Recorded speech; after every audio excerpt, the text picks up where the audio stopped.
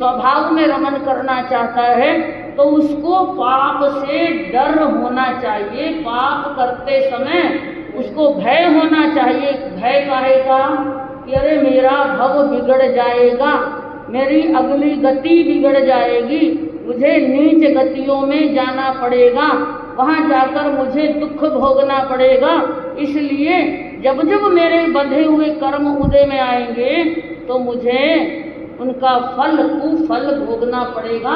इसलिए करने से पहले, पाप करने से पहले 100 बार सोच लेना चाहिए कि करूं या नहीं करूं। ज्ञानियों ने कहा है कि जो इस परलोक में, लोक में जो अनर्थ कार्य हैं, जो अनर्थ कार्य हैं, अगर उसको वो डरता है, हिंसा आदि कार्यों को वो अच्छा नहीं मानता है, वो अपने आप में समझ जाता है कि मैं इनमें प्रवृत्ति नहीं करूं, अगर करूंगा तो अपयश मिलने वाला है मुझे। अगर वो चिंतन करता है, डरता है, पाप भीरू हो जाता है, तो वो धर्म को धारण करने का पात्र है, वरना नहीं। यानी कि पाप तो भर भर के करता है और अपने आप को धर्मात्मा कहलाना चाहता है तो वो होने वाला नहीं है। इसलिए ज्ञानियों ने कहा कि दुख से भी घबराना नहीं है, जो घबराता है वो कायर होता है।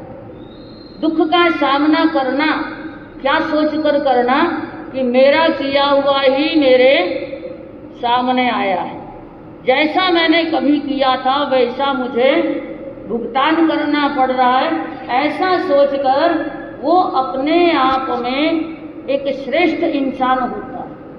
और भविष्य में जो है वो पाप करते हुए डरेगा, उसको डर लगेगा कि मैं पाप नहीं करूं।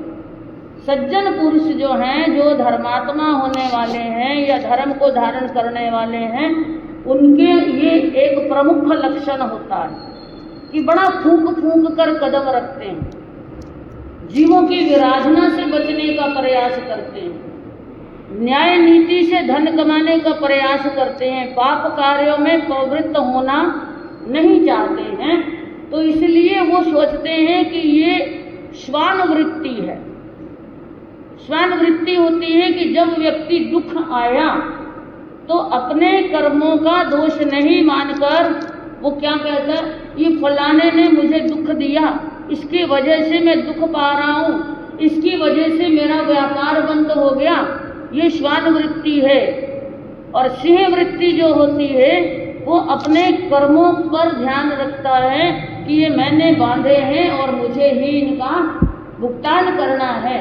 अज्ञानी व्यक्ति जो है वो निमित्त पर दोषारोपण करता है, और जो ज्ञानी होता है वो अपने आप पर चिंतन करता है। अज्ञानी व्यक्ति ये सोचता है कि हाय मुझे इतना नुकसान पहुंचा दिया, पता नहीं इसका मेरा पुराने भव का कोई वैर होगा जो बार बार ये मुझे नुकसान पहुंचा रहा है। अर्थ ध्यान करता है, रुद्र ध्यान करता है, लेकिन अपने किए हुए पापों का चिंतन नहीं करता। जबकि चिंतन ये होना चाहिए कि ये पूर्व उपार्जित जो कर्म हैं वो मेरे उदय में आए हैं, इसलिए किसी पर भी मैं दोषारोपण करता हुआ अपने कर्मों को और भारी नहीं बनाऊं। तो पाप से जो डर जाता है वो अपनी आत्मा को विकास के पथ पर ले जाता है।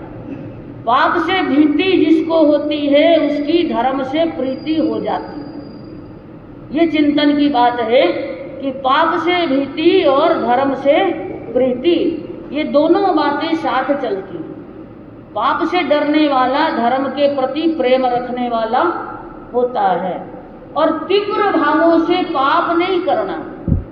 ये भी सोच के चलना कि एकदम से आप रुद्र ध्यान में आए, बिना सोचे समझे जो है वो तीव्र भाव में आपने पाप कर लिया, मार दिया, खत्म कर दिया, तो ये आपका गाढ़े कर्मों का बंधन हो जाता है, चिकने कर्मों का बंधन हो जाता है। और दूसरी बात है, संसार में आसक्ति भी नहीं होनी चाहिए, क्योंकि जब जब संसार में आसक्ति होगी तब तब पाप कर्मों की तरफ रुझान भी होगा। सांसारिक कार्यों के प्रति आसक्ति होगी तो पाप कार्य भी होता रहेगा। लेकिन जो धर्म धारण करने वाला व्यक्ति है, रुचि रखता है धर्म के प्रति, तो उसको हमेशा जो उचित है उसका पालन करना है, उचित का पालन करना है। एक उदाहरण की बात बताई, एक बहुत बड़ा बंगला बना लिया, एक श्रावक जी थे, श्राविका जी भी धर्मवान हैं, दोनों धर्मवान हैं। श्रावक जी के मन में आया कि जैसे बाकी सबके घरों में बड़े बड़े गार्डन भी हैं, बड़े बड़े गार्डन बना रखे हैं, वृक्ष लगा रखे हैं, बड़ी एक्सपोर्ट क्वालिटी की दूब भी लगा रखी है, कोमल कोमल घास भी है, यानी कि फिर उस गार्डन को मेंटेन करा जाता है। गार्डन को मेंटेन करने का मतलब है कि आपको जैसे जैसे घास बढ़ती है वैसे वैसे उसकी कटिंग कराई जाती है।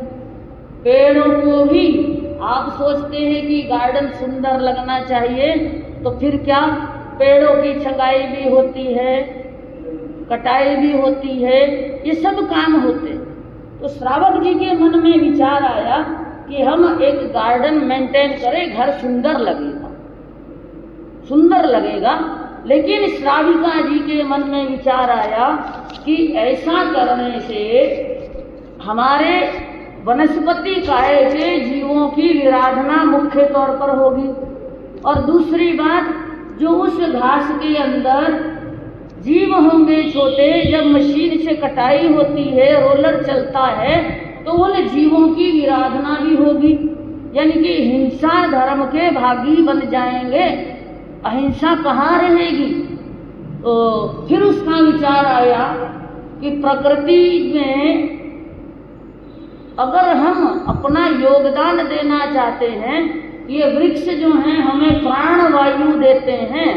देखो, बुद्धिमता का चिंतन है, पाप से वो डर रही है, लेकिन बुद्धिमता पूर्वक जो है वो दूरगामी दृष्टि से ये भी सोच रही है कि अगर प्रकृति से हमें ऑक्सीजन मिलती है, प्राणवायु मिल रही है, तो हमें पेड़ लगाना चाहिए। अब वो सोच रहे हैं कि इतना सब कुछ काम करते हुए जहाँ कम विराधना हो वो काम करना, प्रकृति में भी योगदान दे दें। अब उसने क्या किया कि इतना बड़ा गार्डन डेवलप करने की बजाय उसके बीचों बीच में एक छायादार वृक्ष लगा दिया। एक वृक्ष लगाया, अब कोई घास नहीं है गार्डन में, क्योंकि घास होगी तो कटिंग करानी पड़ती, कुछ नहीं, प्लेन है धरती, और एक वृक्ष छायादार वहाँ पर उन्होंने लगा दिया। अब उस वृक्ष को ज़्यादा काटने छांटने की भी ज़रूरत नहीं, क्योंकि वो बाधक बन नहीं रहा है।